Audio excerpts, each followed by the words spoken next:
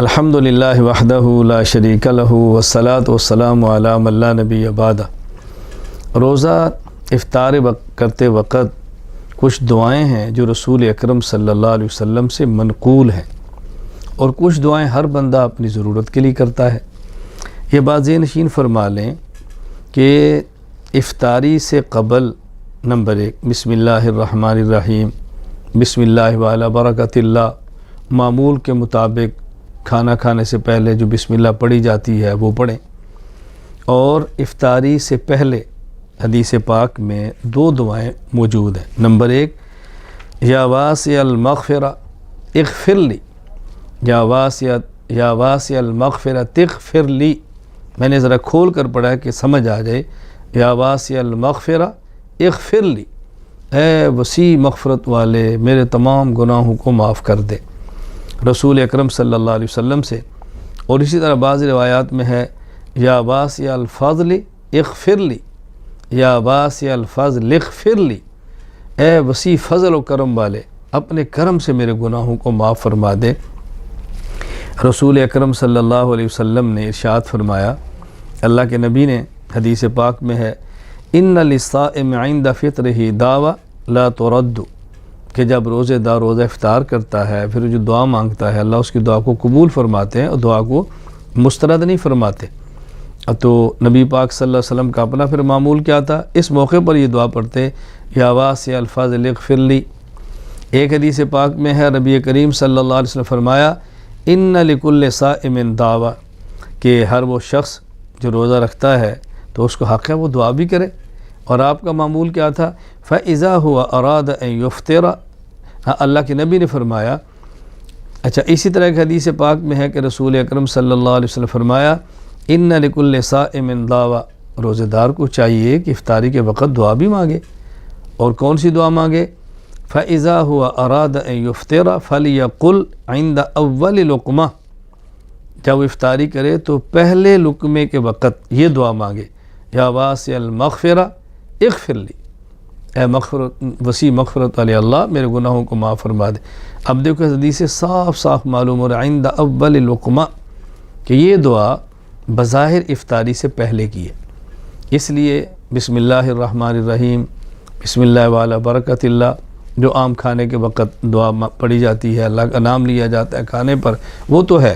باقی یا واسع الفضل اغفر لی، یا واسعۃ المغفرہ اغفر لی، یہ دعا بظاہر معلوم ہوتا ہے کہ افطاری سے پہلے کی ہے۔ باقی بعض دعائیں دوسری حدیث پاک میں موجود ہیں کہ جو قرائن اور دلائل سے معلوم ہوتا ہے کہ افطاری کے بعد کی ہیں۔ اس میں سے ایک دعا ہے اللہم لک صمت وعلی رزقک افطرت، ایک دعا ہے اللہم لک صمت وعلیک توکلت وعلی رزقک افطرت۔ اسی طرح حدیث پاک میں رسول اکرم صلی اللہ علیہ وسلم سے یہ دعا بھی منقول ہے ذہب الظمأ وابتلت العروق وثبت الاجر انشاء اللہ۔ ذہب الظمأ، میں نے وقف ذہب الظمأ کہہ دیا، تو ایک دعا ہے ذہب الظمأ وابتلت العروق وثبت الاجر انشاء اللہ۔ تو یہ جو 3 دعائیں ہیں میں نے آپ کی خدمت میں پیش کی ہیں، یہ افطاری کے بعد کی ہیں۔ اور ایک دعا اور افطاری کے بعد کی، رسول اکرم صلی اللہ علیہ وسلم جب کسی کا افطار فرماتے، اس کا کھانا تناول فرماتے، تو پھر یہ دعا فرماتے افطر عندکم الصائمون وکل طعامکم الابرار ونزلت علیہم الملائکہ، کیونکہ افطاری بندہ کبھی اپنے دسترخوان پہ کرتا ہے، اس کے لیے میں نے دعائیں عرض کر دی ہیں۔ کسی کا افطاری کرتا ہے تو افطاری کرانے والے کے لیے پھر یہ دعا ہے۔ تو یہ دونوں قسم کی دعائیں آپ کی خدمت میں پیش کر دی گئی ہیں، اس کا خیال فرمائیں۔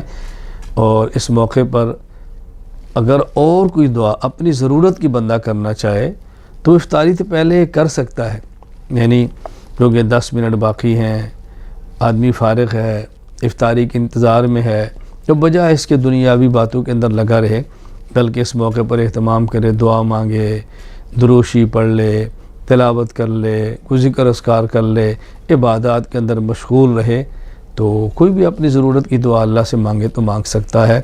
خاص وہ دعائیں جو رسول اللہ صلی اللہ علیہ وسلم سے منقول ہیں وہ میں نے آپ کی خدمت میں پیش کر دی ہیں۔ اللہم لک صمت وعلی رزقک افطرت، اللہم لک صمت وعلیک توکلت وعلی رزقک افطرت ذہب الظمأ وابتلت العروق وثبت الاجر انشاء اللہ.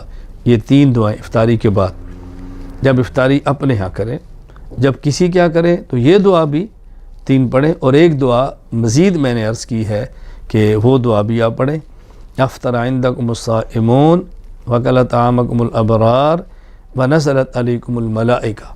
اور افطاری سے پہلے بسم اللہ الرحمن الرحیم یا بسم اللہ وعلی برکت اللہ، اور یا واسع الفضل اغفر لی یا واسع المغفرۃ اغفر لی، دونوں پڑھ لیں، ایک پڑھ لیں. بہرحال دعاؤں کا اہتمام کرنا چاہیے. اللہ تعالی ہمیں مسنون اعمال کرتے ہوئے زندگی گزارنے کی توفیق عطا فرمائے. وآخر دعوانا ان الحمد للہ رب العالمین.